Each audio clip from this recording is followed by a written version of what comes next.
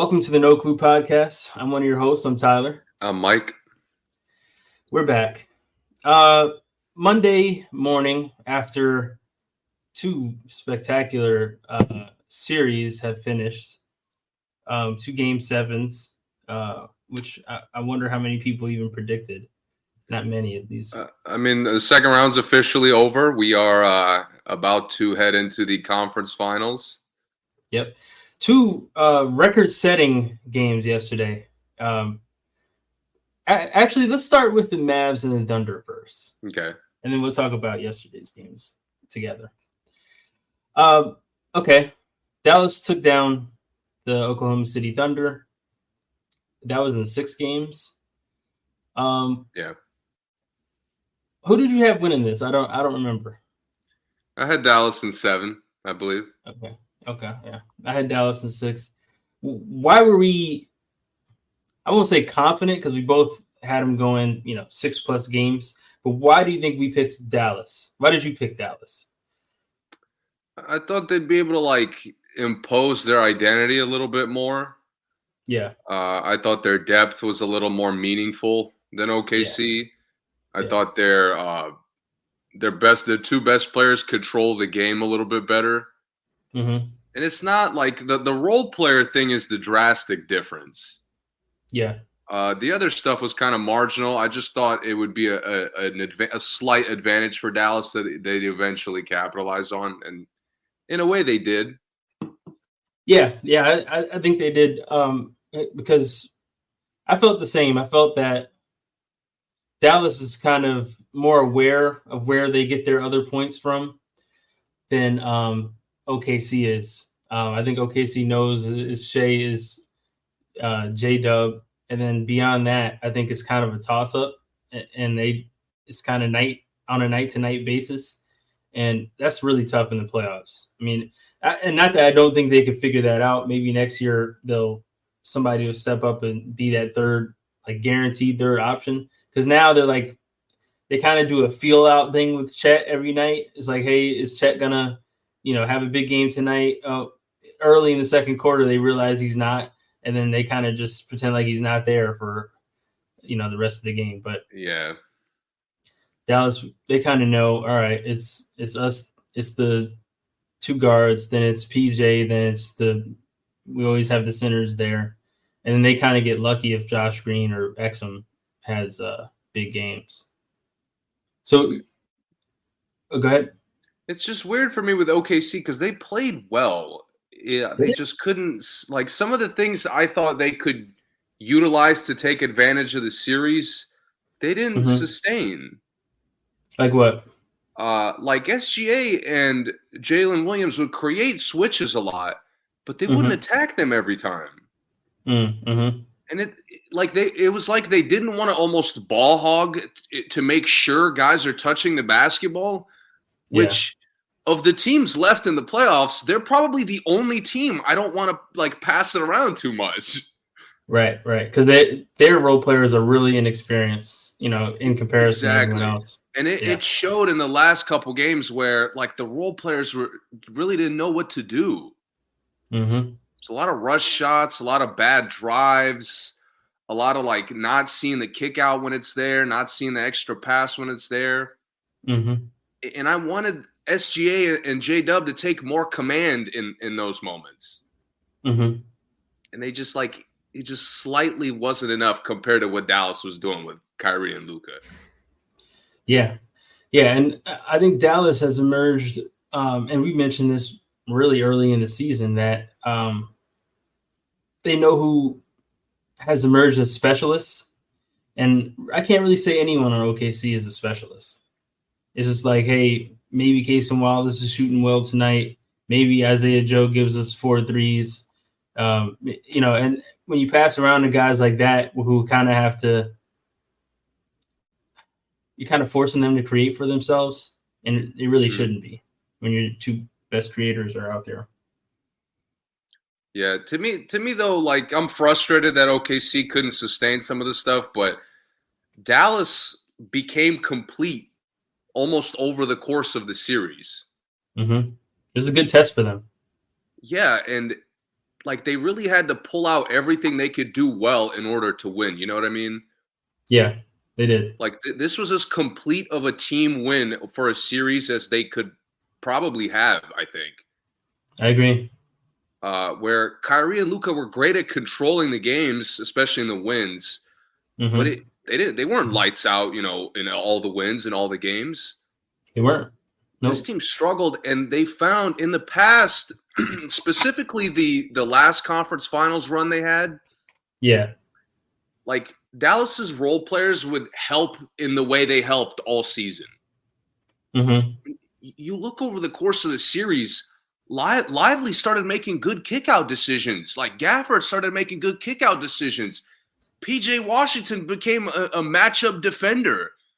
Yeah. Derek Jones became like a consistent floor spacer. Yep. I mean, when your role players are clicking on things they're not even specializing in, Mm-hmm. how are you supposed to beat that? Yeah. Your role players have to do the same thing. Exactly. And OKC doesn't really have the structure to do that. They don't. And That's they're so why small. That's why when we talked about the series, like to me, it was a 2v2, but OKC had to win the 2v2 for them to have a chance. Mm-hmm.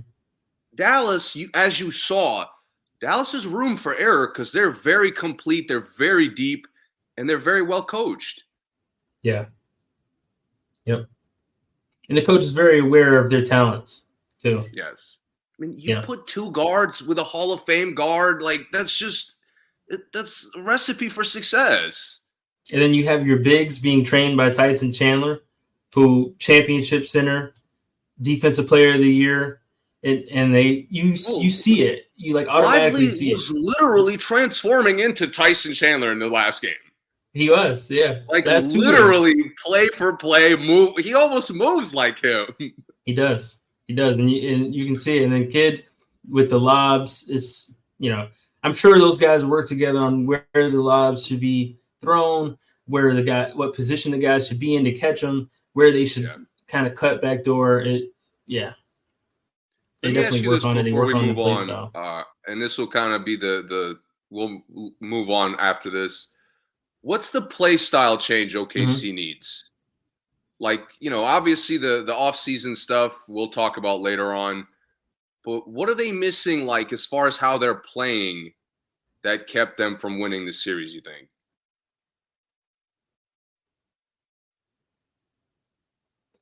So what are they missing, you're saying, for their play style? Just as far as how they're playing.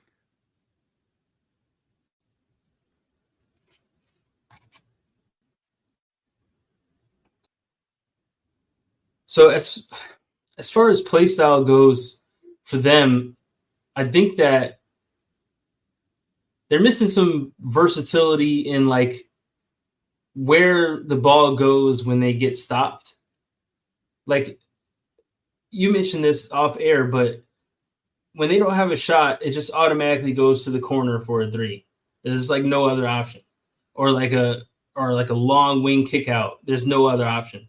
Or a late ISO that's really stagnant. Yeah, or another ISO. Yeah, and that's just I can't think of any other team that does that, and like that's what they're supposed to do. And like I don't know. I don't see any other team doing that successfully. Most of the other teams have at least something, another way to score. Like Dallas has. Okay, we get stopped. We have a lob. We have good screeners, good rollers. I mean, Chet is their only screen and roll guy. He's the only pick and roll guy. The other Jalen Williams took a lot of shots, a lot of threes because he was getting kickouts too. Like it's almost like they try to do the Milwaukee thing, but they don't have anyone as dominant going to the basket as Milwaukee. Shea likes to take elbow jump shots when the lane is open. He doesn't get to the basket, so then they have nobody to get rebounds. I think that their spacing is good, but if you're not gonna capitalize on the advantages of the spacing, then I think you're kind of limiting yourself. I feel like that was a weird way to say it, but it is kind of hard to describe. Yeah, because I was thinking like, I'm trying to visualize something they could do that doesn't include improving the roster. Yeah. And to me, like they kind of peaked as far as how good they could be. Yeah, they might have. Yeah. That's why I'm so frustrated. Even though SGA and J Dub kind of had good series, to me, like it was they should have tried to have great series. You see what I mean? Yeah. Like they try to match Dallas's depth, and that's that's a losing battle. It's like matching. It's like trying to run with Indiana, which we'll talk about. It's a losing battle, especially because where like the depth coming in is different positions. Like if OKC's depth was big, they could try to match it, but you can't match 4 bigs coming off the bench with 4 guards. It's just can't do it. And when your one big is getting eaten alive on the glass, like eaten alive, there has to be a collective effort to hack, to crash down. Like OKC's got good overall like guard size. Yeah. And the guys are just watching Chet get abused. He's a rookie. I mean, he's obviously going to need help. I mean, they're lucky that it took 2 rounds for them to figure that out. Yeah. They're lucky Dallas even dropped a couple of games to them. Yeah. But I thought another thing is for them, like, they looked a lot tougher during the season. They got manhandled on the glass. Guys got to the rim. Like, did anybody on Dallas have a problem getting to the rim? Not really. Maybe Hardaway Jr. because he was coming off an injury. Yeah. Everybody else he still got there a few times. Yeah, everybody got to attack. I saw more toughness from them during the regular season that didn't translate. I agree with that. Yeah. More fire in general, too. It seemed like they look like they thought they were the underdogs in this series. Yeah. I just think like Dallas shouldn't be big enough to abuse you inside. Right. An advantage, I understand, but it was just relentless extra possessions. And they aren't that skilled. I mean, their bigs aren't like high skilled guys. No, no disrespect to them, but it's not like it's Hakeem in there. It's just some athletic guys. Yeah. So we'll get to the Western Conference Finals in a little bit. We'll finish with the big series. We're going to skip the Celtics and Cavs series because we kind of already talked about that being over. Donovan Mitchell missed the last 2 games. There's just no way that was going to go right after that. There's going to be some tough Cleveland conversations over the summer. And maybe based on what they do, maybe they'll be interesting. I don't know. We'll see. I'm trying to stay positive on them. Yeah. Okay. Staying in the East, the Knicks. The Knicks have had more injuries in the playoffs than I've ever seen in my life. 4 starters and 1 bench player, 1 6-man, all injured, and they have officially lost to the Indiana Pacers. And still a very intense game at times. Very intense series. So much fire in this series. Great games, back and forth. The only home loss was Game 7. Yeah, I mean, they fought really, really hard. Indiana was lights out in this last game. Record-setting field goal percentage. Like, there's something to be said about the Knicks, maybe slacking defensively early, but Indiana just didn't miss. Yeah, I mean, even wide open guys don't shoot 70% from the field. Even without defense, that just doesn't happen. You're kicking out Naismith, cash. Shepherd comes in, cash. There's only so much you can rotate on. Yeah, I think Naismith started the game out 8 for 8. I don't know how he finished, but he was 8 for 8 at one point. TJ McConnell was the MVP of the series, as far as I'm concerned. Yeah. Siakam looked good. And the funny thing is, the big 3, Halliburton hit a lot of threes, but their big three really didn't they really weren't what killed the Knicks. It was everyone else that was fantastic. As soon as Nebhard stopped guarding Jalen Brunson, he started cooking on offense. Mm-hmm. Like literally immediately. Yeah. And that to me, the big picture here is Indiana. Like New York, as you said, New York broke down. They came into this series not healthy. Yep. I mean, they came in not healthy and they broke down even further as the series progressed. So the fact that they even took it to 7, which is exactly what I predicted, I just, I chose to go with my heart and thought the Knicks could sneak it out. If the Knicks were healthy, it would have been a different story. You might have been right. Of course. But the conversation for me with Indiana is you can make the flip side argument where, Indiana has made a, fraudulent conference finals run because the two teams they're playing are broken down. But look at how they're establishing their identity in all these games. Depth. Like I thought Indiana would have the toughest time to translate their identity to the playoffs. And they've gotten better. Yeah. Like they're running more than they did in the regular season. It's not just their backups. Siakam is constantly looking to run.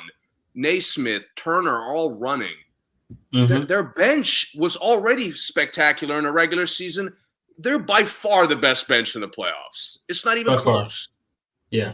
I mean, and maybe even if personnel-wise they're not the best, they've played absolutely lights out. Yeah, yeah. I mean, Dallas is the only one who can make an argument, and I would pick Indiana over Dallas. Obi had a good game every game. Like, I literally didn't see him play poorly. Yeah. I just think Indiana has really validated their core group. Not just their core group, but their roster in general. Yeah. It's a lot more like the concerns I'm having with OKC's play style. I had a lot of that in the regular season. Yeah. Indiana, I'm starting to see the building blocks for some of the solutions to the concerns. Yeah. One big thing Indiana does is they have clear positions. Their depth comes in, their bench, everyone has a role, and they come in and they fill the role. In contrast to OKC, where I don't know what position literally anyone who comes off the bench plays. Hayward, I don't know. Isaiah Joe, I have no idea. Cason Wallace, he's like a small forward. Hayward benched, by the way. Yeah, it would just guys just come in, and even the other Jalen Williams, I guess he's a center. I guess just because he's big and strong, but he barely plays like it. He's like 6'5". Yeah, so it's with in contrast to OKC, Indiana comes in and you know exactly what Obi Toppin is coming in to do. He's the utility forward. TJ McConnell comes in, he's a pure point guard. Ben Shepherd comes in, he takes jump shots and nothing else. Isaiah Jackson comes in and he looks like the most athletic player in the league sometimes at center. And then, they have guys they don't even play that could come in and help them. And Naismith, he comes in and out. He always starts, but sometimes he's more with the second unit than the first unit. Yeah. And he's a clear spread the floor forward, guard forward. Everyone, you know what everyone is going to give you every night. It's hard to check because you just don't know who's going to play better. They're playing so complete. It's very similar to Dallas. They're a different team, but how they're progressing and improving over the course of the playoffs. Yeah. They're building themselves into a team that we could believe could compete with Boston. Just Dallas has kind of built themselves and played their way into us really being convinced that they could compete next round. Yeah. I'm really impressed, man. I'm a little more impressed on the big three because I even though they didn't carry the series, they played well together in the same games. They did, finally. The first win, essentially everybody played well. And they got a little lucky. Nebhard had to hit the really tough shot, but that's playoffs. Yeah. Like, that's another thing. They've shown an ability to fight. They could come back. They could hold on to a lead. They're not one-dimensional. They could impose their identity. They could play your way and slightly match up. Again, they're not flawless, but they've improved on all their weaknesses already in just the first 2 series. The other thing really impressive about their roster, everyone on the team is really inside out. Like, they can all go to the basket. They can all shoot.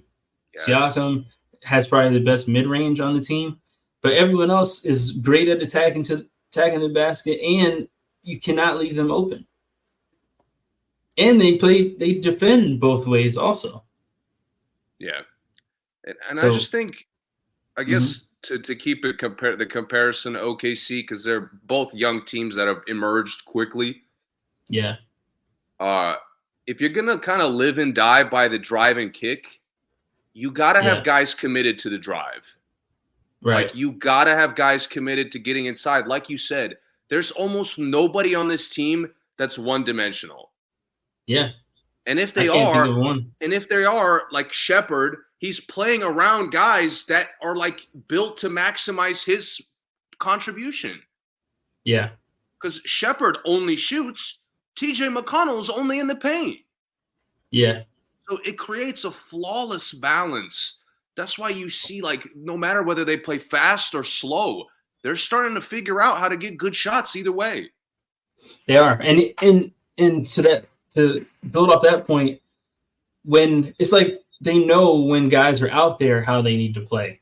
Like TJ McConnell, he can spread the floor more. I mean, he doesn't take a lot of threes, but he can. But he knows that if Shepherd's out there, he needs to get into the paint and see what happens. Same thing with Halliburton. Halliburton will take a lot of threes with his starting lineup, but when the bench comes in, he drives a little bit more. He tries to get into the paint a little bit more. He draws defense a little more. So guys like Toppin can get cuts. Toppin can get threes. Isaiah Jackson can get lobs. Shepherd can get threes. Yeah, I mean, they're just very well coached. It looks like they practice really well. They're one of the teams that you can see that they practice. Yeah. Some of these other teams, I'm like, these guys look like they only play together in the games. They it's only like walk through shit. That's it. Yeah, like AAU. We travel. I just met this dude yesterday, and we're in a tournament, national tournament together. That's how some of the other NBA teams are. But the Pacers, they look like they had a full week of practice before every game, which is impressive. Shout out to Rick Carlisle for that.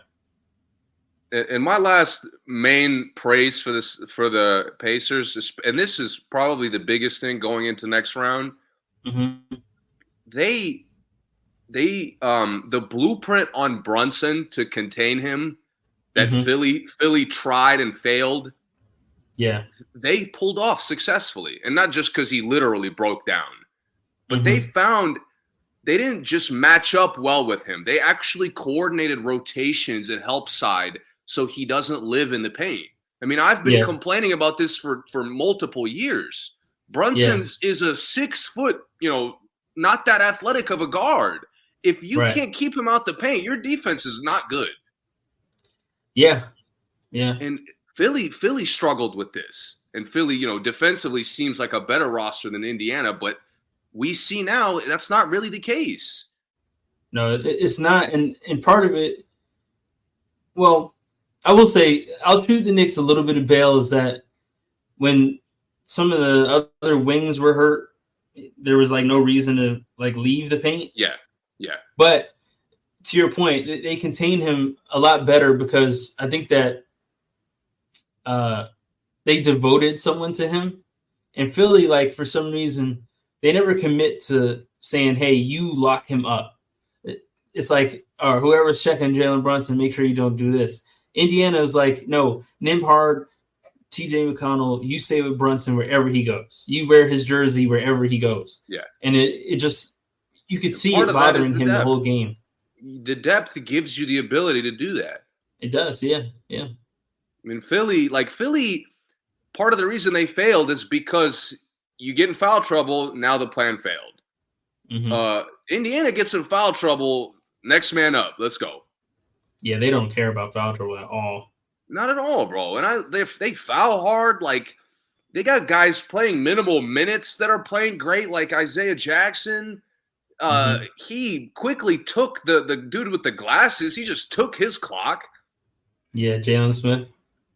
Which they're both kind of similar and totally different at the same time, which I can't really explain. Yeah. But again, like Isaiah Jackson played like 6 to 10 minutes a night, and I felt his impact every time. Yeah. Yep. I'm not gonna dog Miles McBride, but for those listening, I'll be honest, I didn't like Thibs. Thibs kind of played into Indiana's hand the last couple games. He did. Like, we don't want to run. Indiana's clearly better at running. So not only are we going to walk it up, we're going to play like Miami plays, where we're going to fucking waste the clock. We're going to, try to slow down the game as much as possible. But you went to the wrong extreme because your offense was so stagnant as the series progressed. Yeah, it was. Like to me, DiVincenzo saved this offense from looking inept multiple games. Just by hitting big shots? Just by hitting shots. It wasn't him, in the system. It was just him cooking. Hartenstein went out last game scoring 0 points. Miles McBride. Hartenstein didn't. Second half of the series, he struggled too. Yeah, he did. Miles McBride, 4 for 14, 0 for 6 from 3, and minus 19.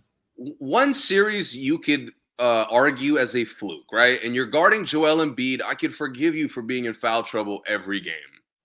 Yeah. Hartenstein, are you just a hack box? Like, why are we going for every steal? Yeah, and, I know that the bench guys for the Knicks, like the real deep bench guys, which is kind of where they were, are not very good.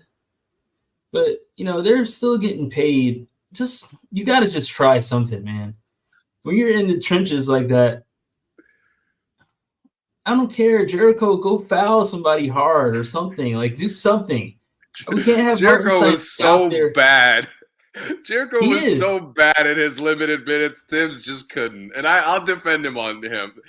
He looked atrocious. I get it.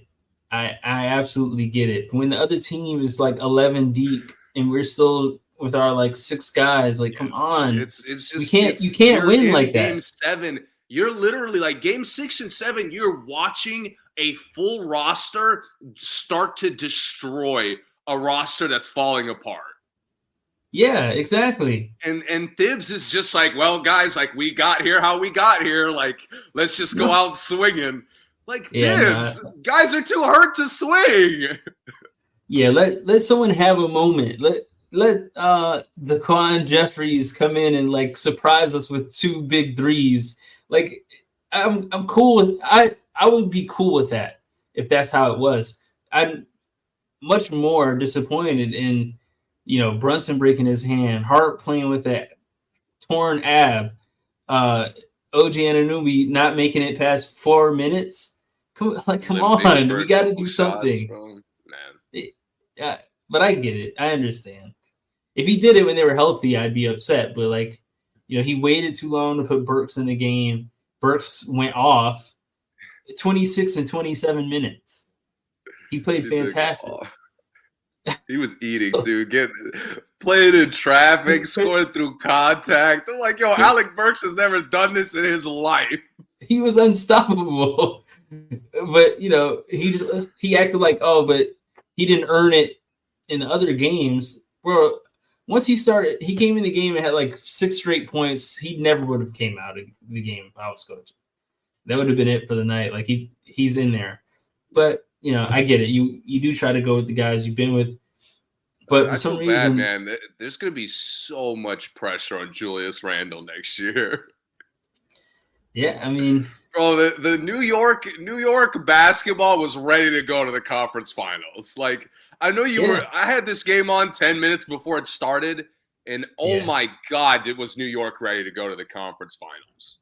Yeah, like I thought. I'll be honest, I thought the Denver fans were more humbled to be in Game 7 than New York was. Yeah.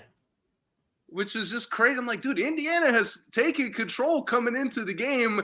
You got two guys coming in off injury. Like the signs weren't good. Right.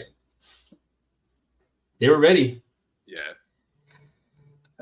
But shout out to the Pacers. Congratulations, Eastern Conference Finals. Two teams so far that, I mean, both conference finals are pretty surprising. The teams that made it, probably to most.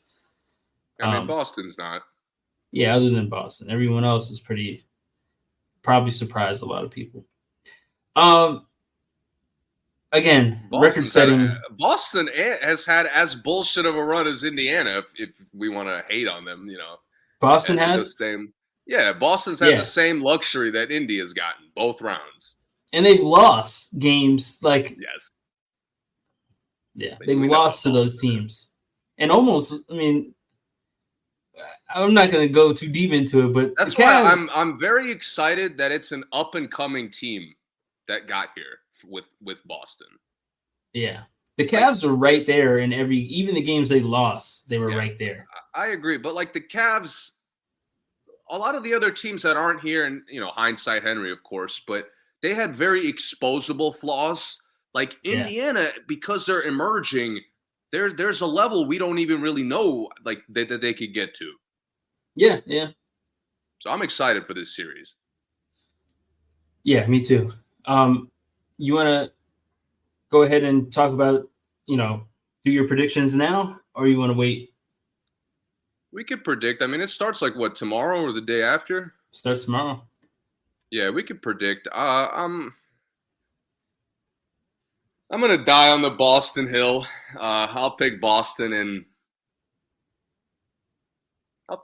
6 games. Boston in 6.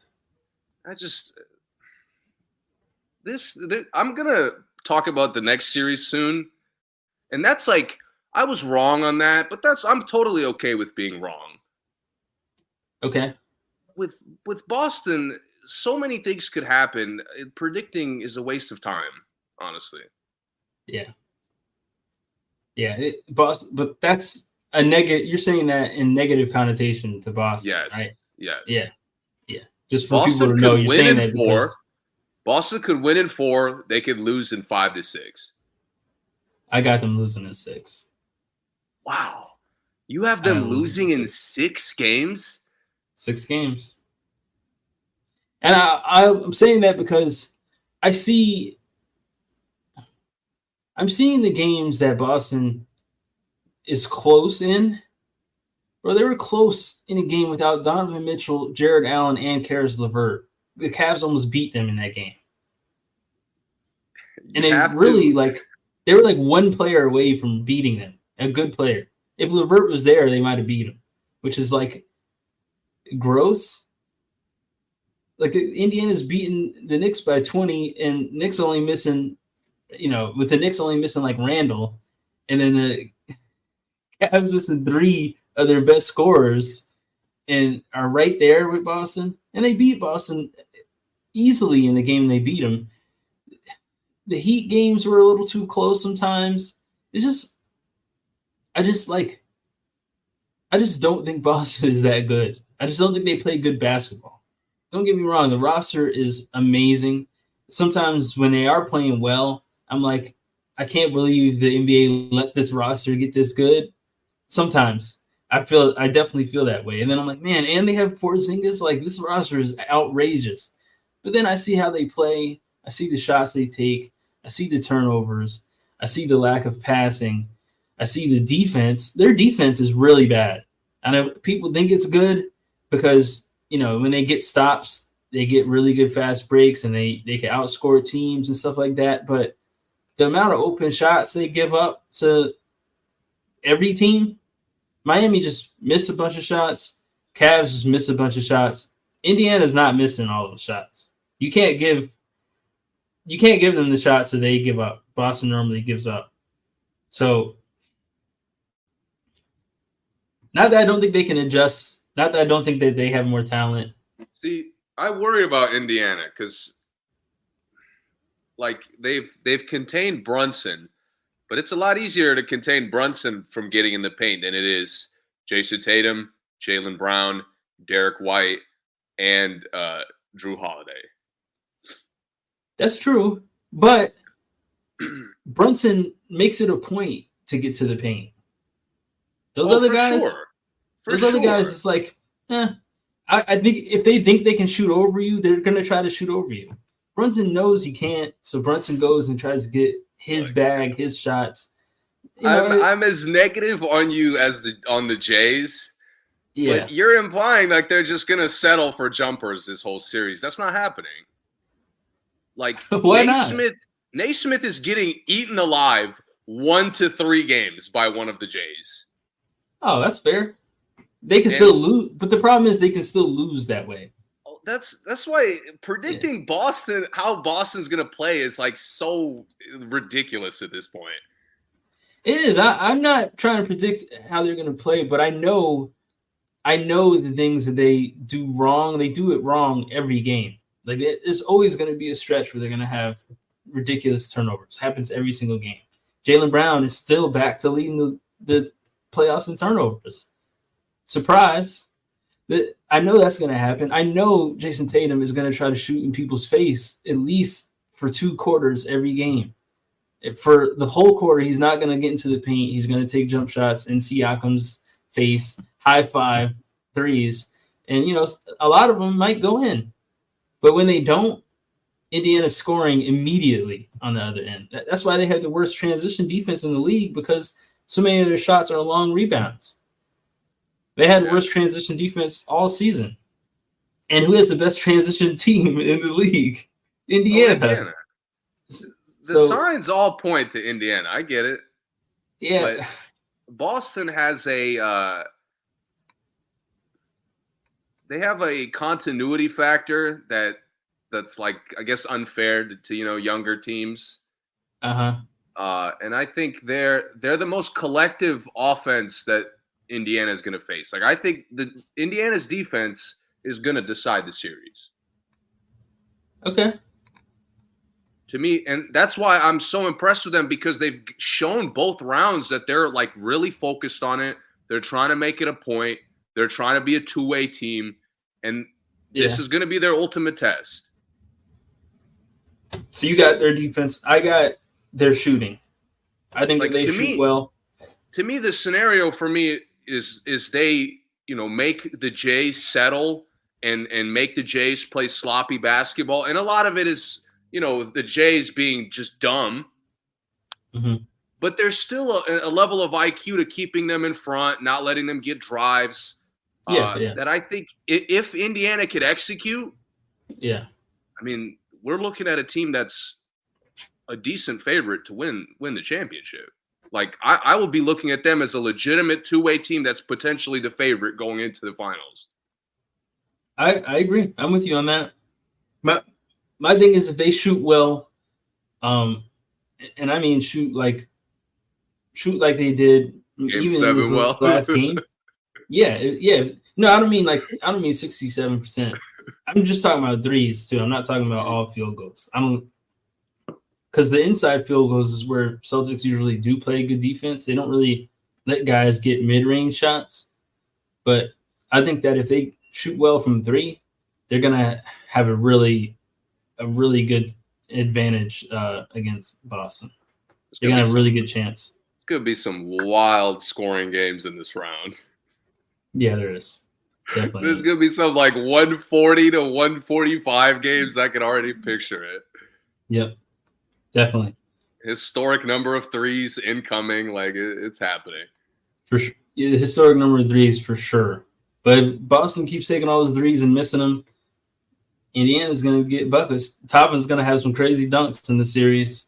Like, that's coming. I do think, like, Indiana, when both teams are settling in their respective moments, Indiana has shown more self-awareness to, like we don't want to keep settling. We want to, attack and get inside, which again, all the signs point to Indiana, but I just know how Boston has been coasting.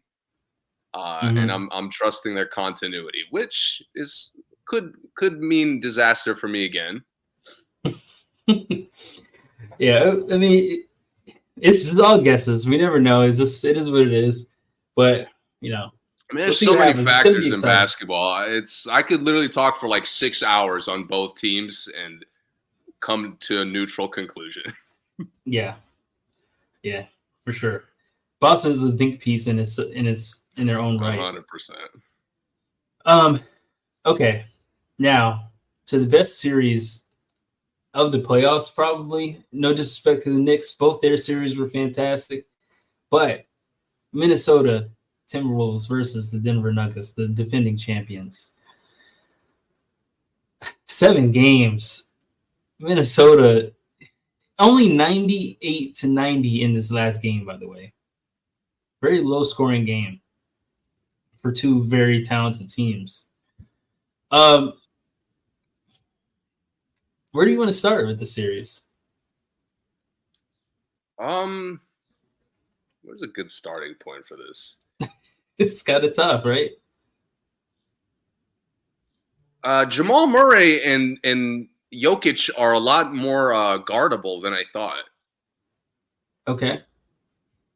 Because maybe it's just because we had a couple years of them, nobody really coordinating the defense well against them for the most part. Mm-hmm. And some of it was them obviously being incredible at times. They won a championship last year. Yeah. But Minnesota showed finally. I mean, we've been saying this for years. Anybody who's seen how the Nuggets have lost in the past has said that they're especially the two best players are limited athletically. Mm-hmm. And finally, for 7 games, somebody made it a point to take advantage of that. Yeah. I mean, the Lakers, I'm looking at you. What were you doing? Mm-hmm. And I know, Anthony Edwards didn't always have a good balance of how he attacked. Yeah. But the roster did. Roster, as a mindset, when they got the ball inside, they weren't always looking to kick out. Guys were looking to score. Yeah. That, to me, I thought Minnesota showed a level of poise, a level of maturity that I couldn't fathom they had. Mm-hmm. Because this series, they could have won this series on many occasions. They could have lost this series on many occasions. Yeah. And for them to kind of push through the ups and downs, find themselves, find out where they really excel. Mm-hmm. I thought they took the road Dallas did as far as their own improvement, but it was a much tougher process for them. Mm-hmm. And that, to me, makes them so dangerous. Clearly their room for error is extremely high because they're so talented.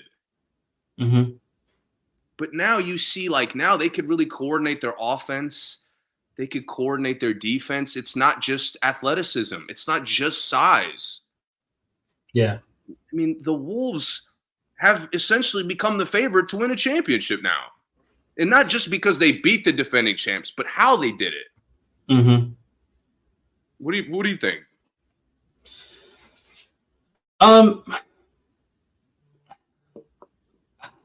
I think that the Timberwolves defense has shown the entire league a new level of defense.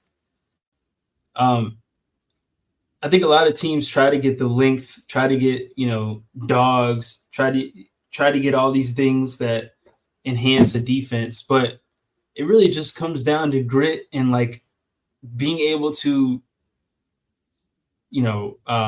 help and recover very quickly and swarm and double and be ready to block shots and just have a presence everywhere. They had a presence on every level of defense. Gobert was always a presence inside. Jaden McDaniels was it felt like at some points Jaden McDaniels was guarding everybody. He was a presence all over the court. Nickeil Alexander-Walker was a presence full court. Full court. I felt him in my living room, full court. Anthony Edwards too. Yeah, and Ant was just a high level competitor. I think a lot of these teams come into Denver playing the Nuggets as feeling like the underdog. These guys felt like they were the top dogs. They look like the top dogs in this series. They look like the favorites. And they started the series out looking like that. That's why Making it's so disrespectful, not to cut you Uh-huh. off, but it's so disrespectful to say the Wolves shock or stun the Nuggets in Game 7. Like, it got to 7. What do you mean? They beat them 3 Right. times. How is it a shock at this? I was shocked after Game 2. Yeah, I was gonna say the first 2 games was stunning. That was the stun. The first game Yeah. was kind of like whatever, and then the second game, Minnesota's like, no, we're this good. The Nuggets coming back was stunning. Yeah. So to me, it's like the Wolves have so clearly emerged, and it's so disrespectful to be like, oh, like they shock the defending champs. Like, no, they shock the defending champs, showing them that they're as good, if not better than them. Right. Well, and this is the one thing that I have never liked about the Nuggets offense. I know for the listeners, I'm way more negative off air about the Nuggets than I am on air. On air, I try to keep it neutral on the Nuggets, but off air, I'm probably the biggest Nuggets hater in the world. But the main thing I don't like about the Nuggets play style is I don't like that only Jokic does stuff every night, plays the same game every night. When there's games where Gordon plays well, they win. Next game, Gordon gets no touches. They just stop passing it to him. Or the next game, Gordon has to have to hunt for his own shots, which has never been his game. It's very. Some games KCP gets a lot of shots. Some games you don't notice KCP out there. Some games Michael Porter Jr. Takes over with his shot attempts. Some games is we may pass it to him, we may not.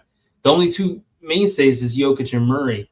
And I think that you can't beat the Timberwolves with just 2 guys being your contributing every night. You just can't do it.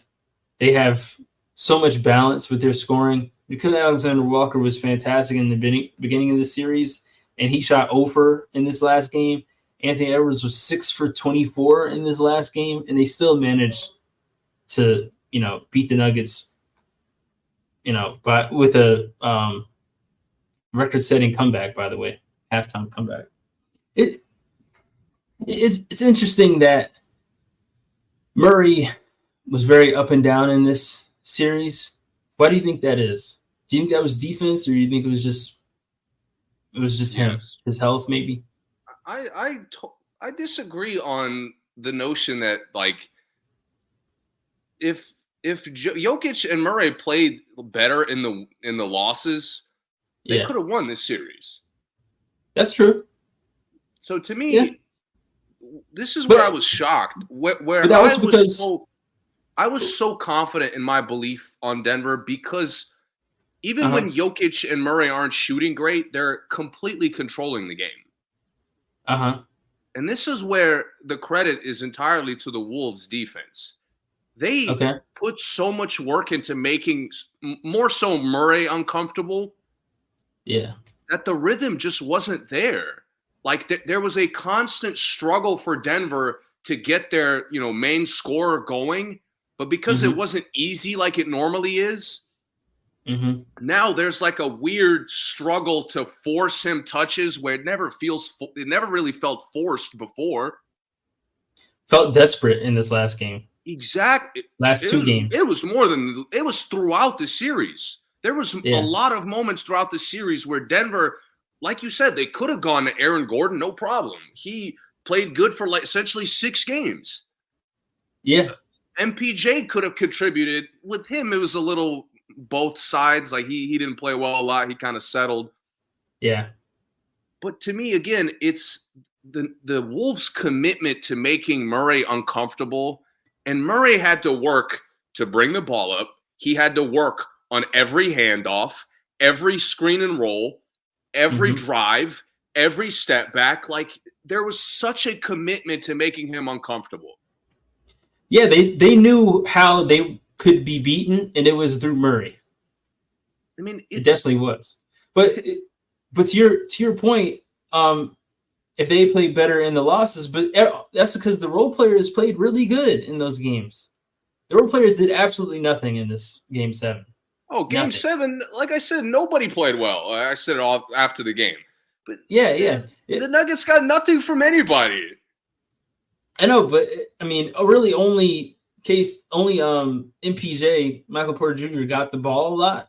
The other guys were just like, they were just kind of standing around out there a lot of the times. And I don't know if that's because how they were playing or the defense or, Jokic really wasn't like drawing defense that well in this game, because they really didn't like leave anybody for Jokic that often. They doubled him sometimes, but they kind of still stayed in the lanes. They didn't like overly commit to getting Jokic away from the basket.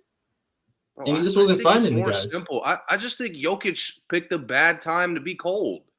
And a lot of it was they're also making him work on both ends. I don't think was he that cold to you? Bro, he just shot bad from 3. 0 for 7 before he hit his first 3. Yeah, I mean, he doesn't always shoot a lot of layups that he normally hits, or he normally should hit. Yeah, they were. And my thing is he was rushing, specifically in the last game. He was like really trying to force, again, something like with Murray, it feels natural, but the defense is so good, it's starting to feel forced. It was the same thing in this final game. The bigs for the Wolves took so much pride individually, making him like earn buckets.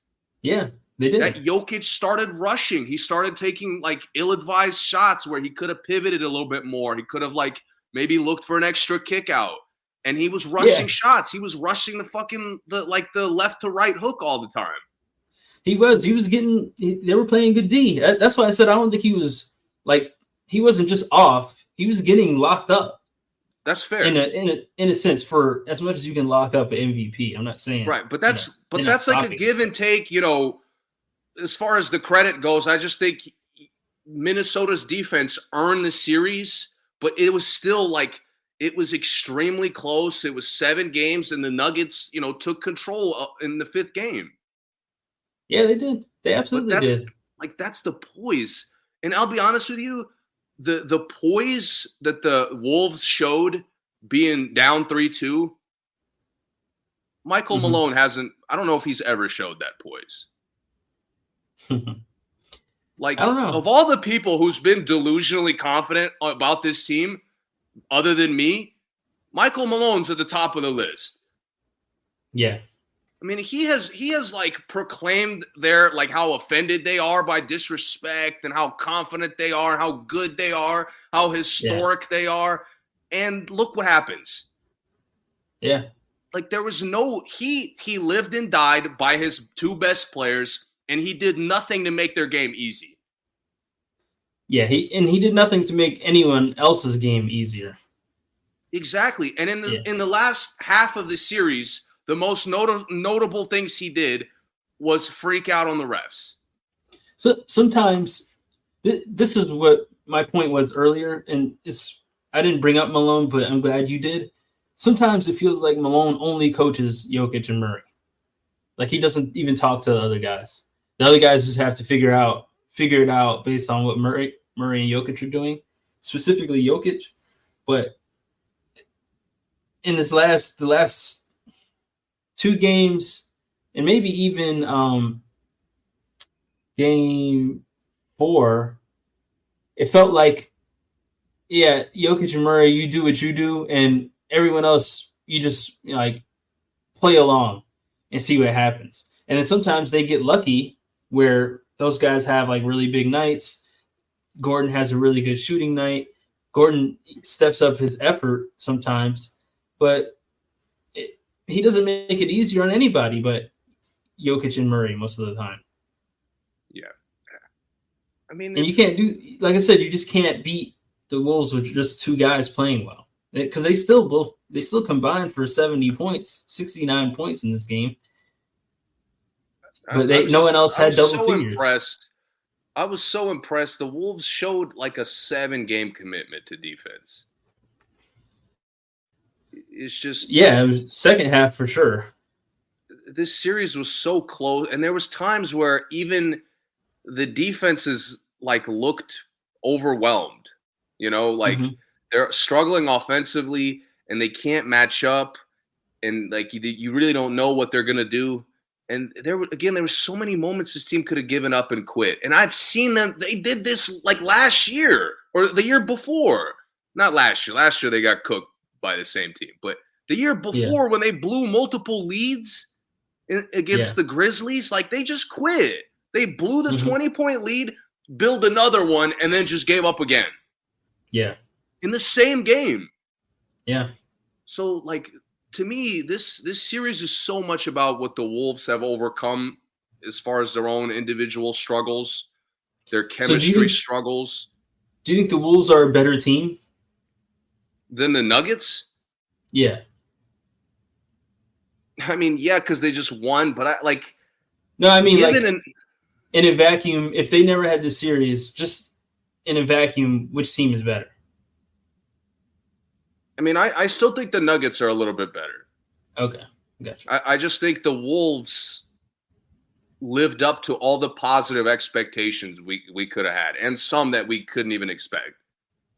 Yeah, I agree with that. I think the Nuggets are much I more mean, talented. this was a legacy defining game series for the Wolves front court, and they responded. They did. And it wasn't easy. A lot of times it looked doubtful.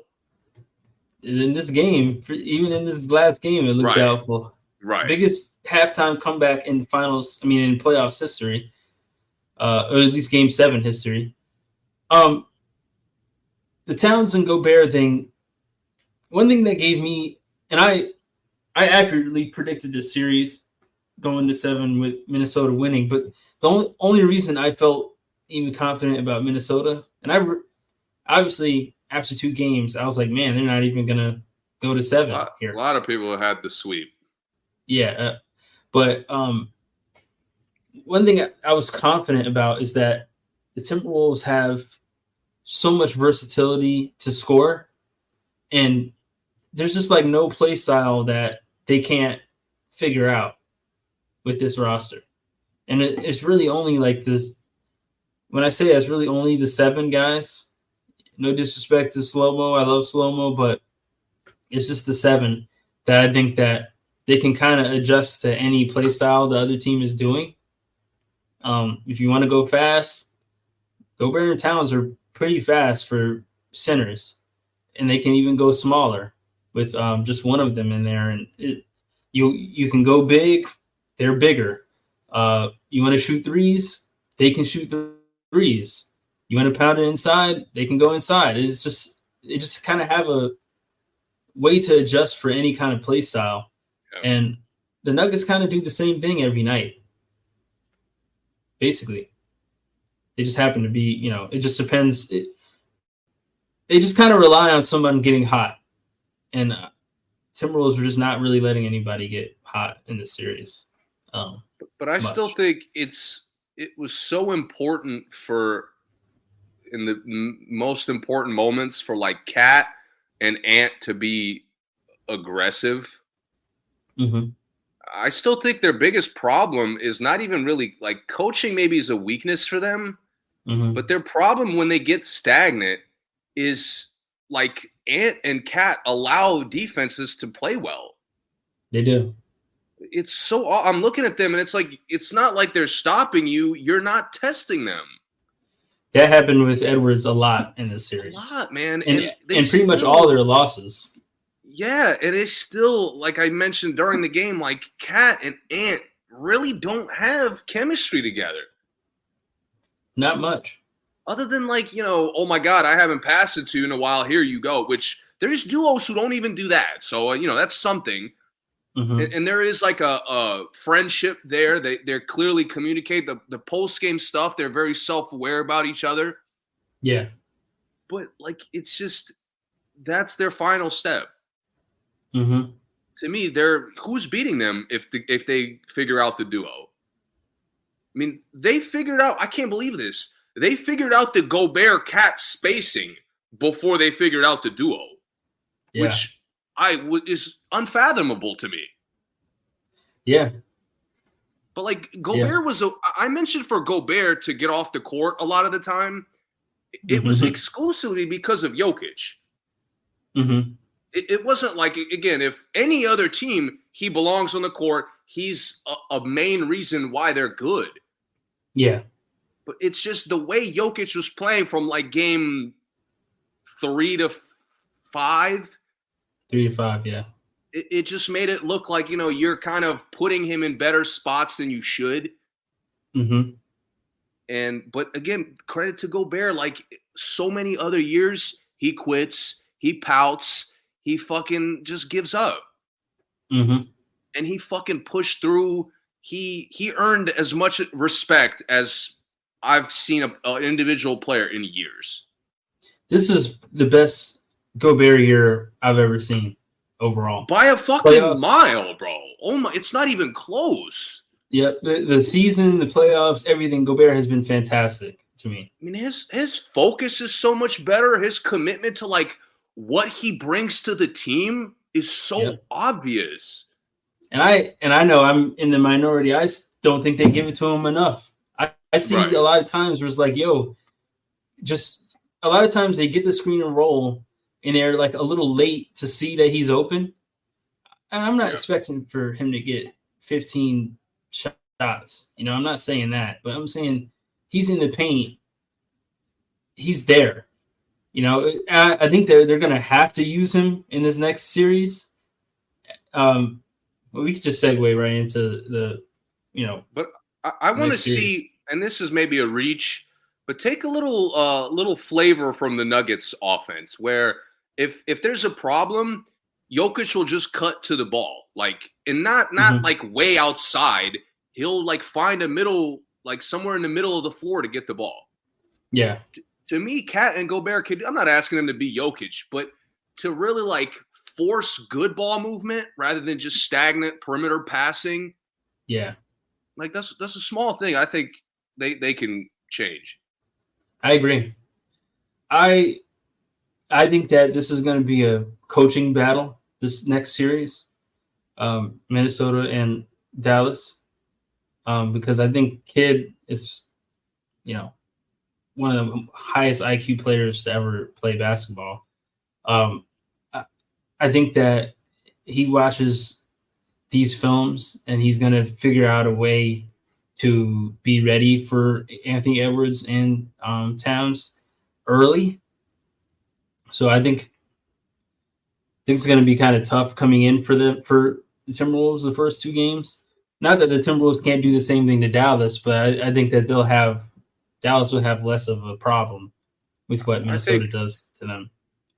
I think there's a defensive, maybe not but I guess like a situational parallel to Indiana where they've kind of Indiana has relied on the other rosters being a little limited, so where they can focus on certain things. Yeah. The Wolves have relied on their overwhelming athletic advantage. Yeah. In the first 2 rounds.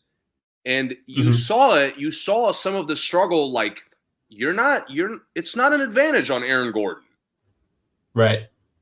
And to me, the problem is now you're facing a different animal in Luka, where physicality is an advantage for Luka only.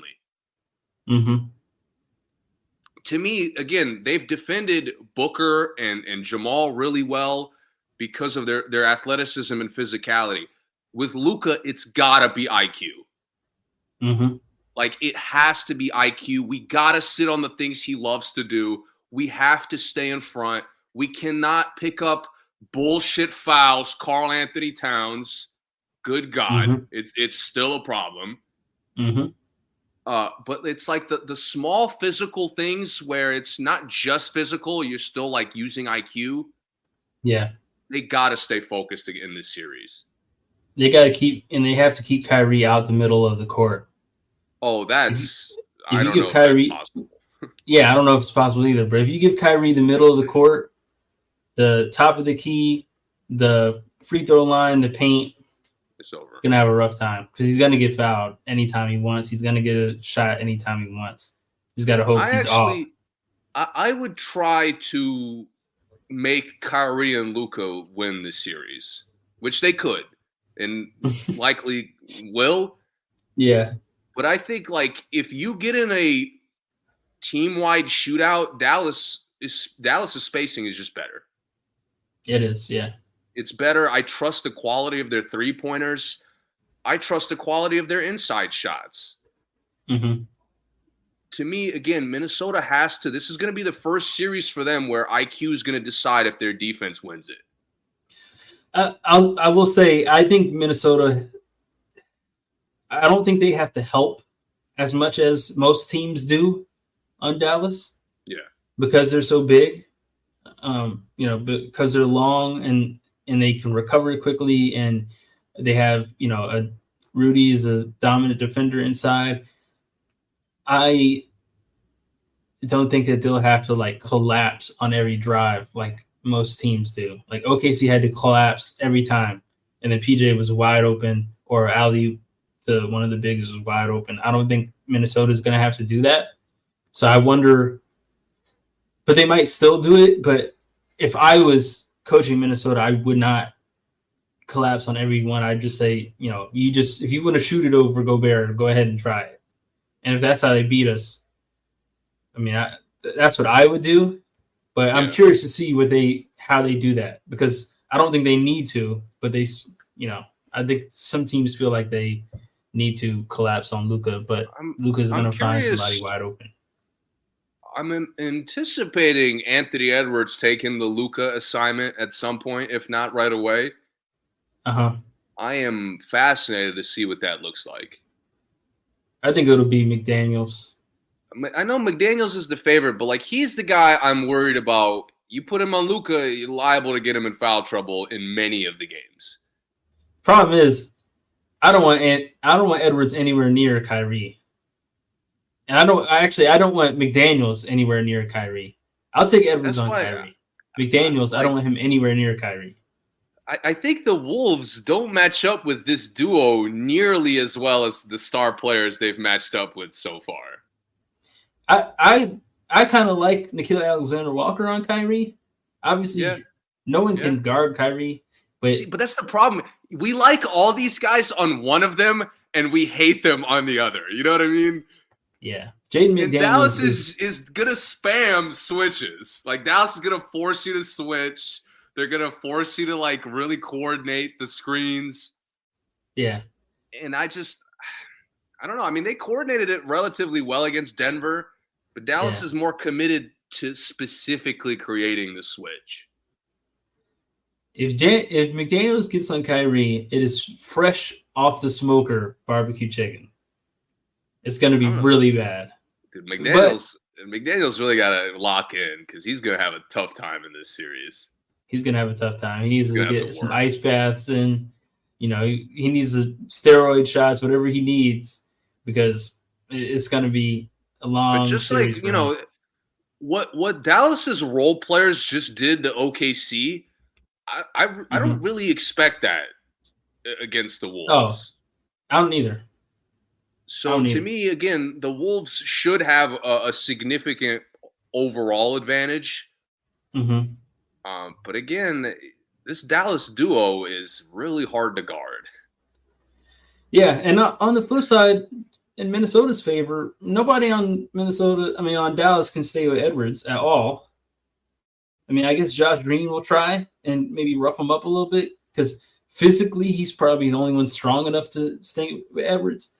But they can't stay with Edwards, and the bigs are just a little bit too wild to deal with Towns and Gobert to me. I mean, I think Towns is just a little too versatile for Lively to stay with. Yeah. Without getting in foul trouble. I agree hypothetically, but again, it's like PJ Washington just really impressed me defensively. Is he going to do that again? Yeah. Like, is that something that maybe I'm sleeping on? Like, maybe he really could guard? I like PJ Washington on Towns. I think that's a pretty solid matchup. He's a little small, but he's mobile enough. He's strong though. He's built. He's a strong guy. There's so many matchups in this series that favor either side. Derrick Jones Jr. is barbecue chicken for Towns. He should be. And if Derrick Jones Jr. is on Towns and Towns doesn't expose him, Shaq is going to be dogging him at halftime. 100%. And Cat, please, bro, the fouls. Why? They're so dumb. Yeah, they are. Like I don't even understand what he's going for the fucking reach. Like he's literally like, I got the ball here. There's no chance of you getting the ball, and he's going for the steal. He does a lot, yeah. It's so frustrating, bro. Luka is gonna abuse that. Kyrie abuses that. And him like grabbing around the hips and stuff like that. Yeah. PJ Washington's ready for all that. Towns doesn't switch his feet well, like to switch direction. Mm-hmm. He always gets caught with his feet in the wrong place. Straight line machine. Like he'll go straight line, and you got to take the offensive foul. You just got to take it. Yeah. Exciting. Well, who do you have, and how many games? This is a tough one.